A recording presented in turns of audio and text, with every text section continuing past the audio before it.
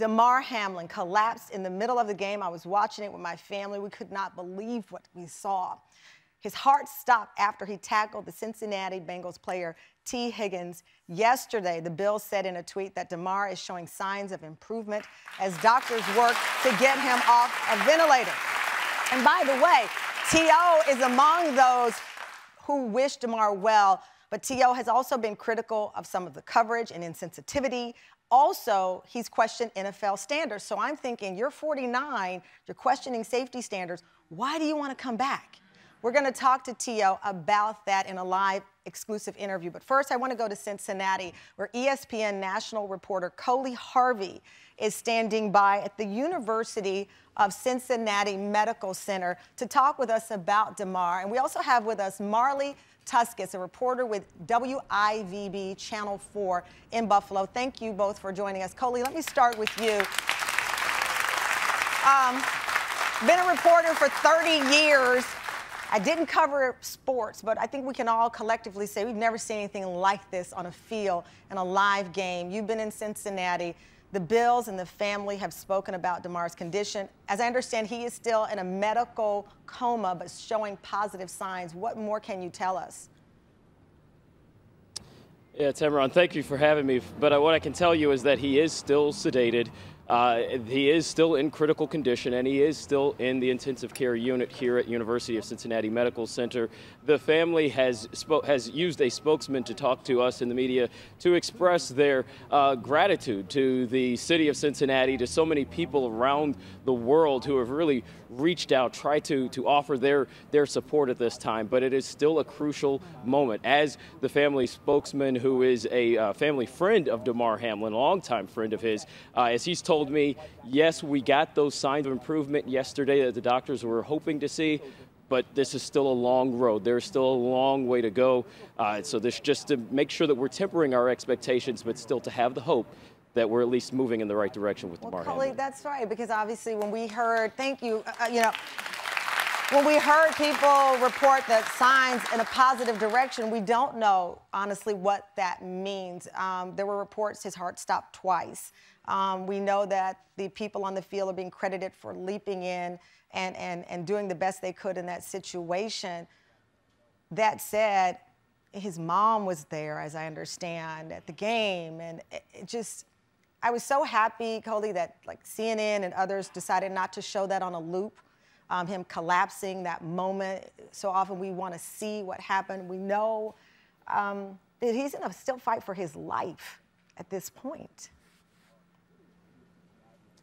Yeah, I was at the game, Tamron, and I was watching from the press box, and initially you do want to see the replay because you didn't see exactly what happened live in that moment, and I apologize.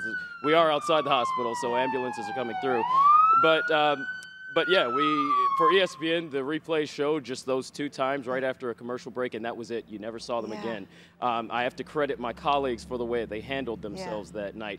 Also, you mentioned his mother. His family is here. He had several family members, including his 7-year-old brother, who were in Pittsburgh watching the game at the time.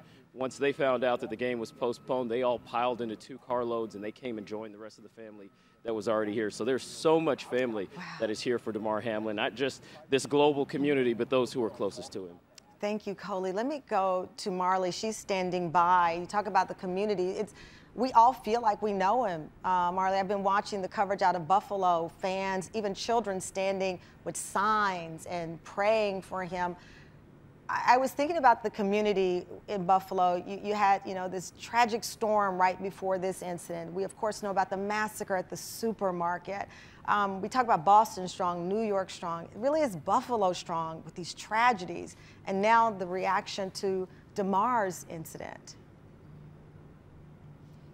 Yeah, good morning, Tamron. It's just been unbelievable, the outpouring of support that we see from the community. And it is really because we are just so connected with this team.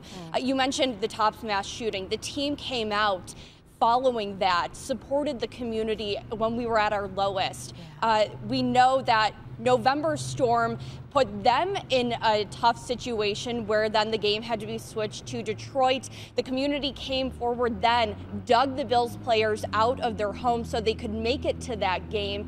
And now, of course, we have this situation where it's the community's turn to come forward and support Damar Hamlin. And like you said, there just has been this outpouring of support from everyone here in Buffalo and the surrounding area of Western New York. You know, we always say around here, who are you when there's no name or no title beneath your business card? And with Damar right now, he's an NFL player. But what we learn about him, and I've learned, what a giving soul he was with his toy drive and looking after other children. So he was and is not a football player. He's someone's son, he's someone's friend, nephew, but also someone who cares about others.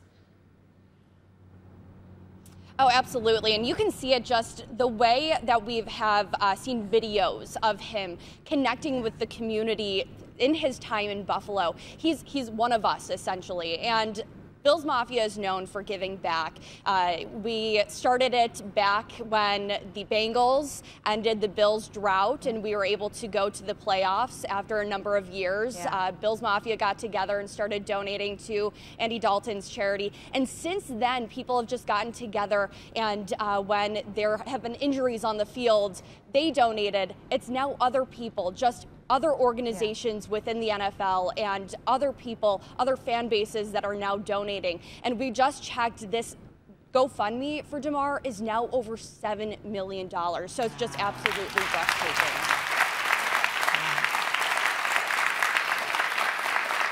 Well, I know there's a lot about his condition that we don't know, but I know we're all just in our hearts, hoping for the absolute best. And thank you so much. Our thoughts and our hearts are with the people in the community. Coley, thank you. I know you've been there. And I tell people all the time, we're reporters and you cover things, but when you cover something like this, it doesn't leave you. You don't get to go home and forget what you saw. So thank you so much for joining us as well. We appreciate you both.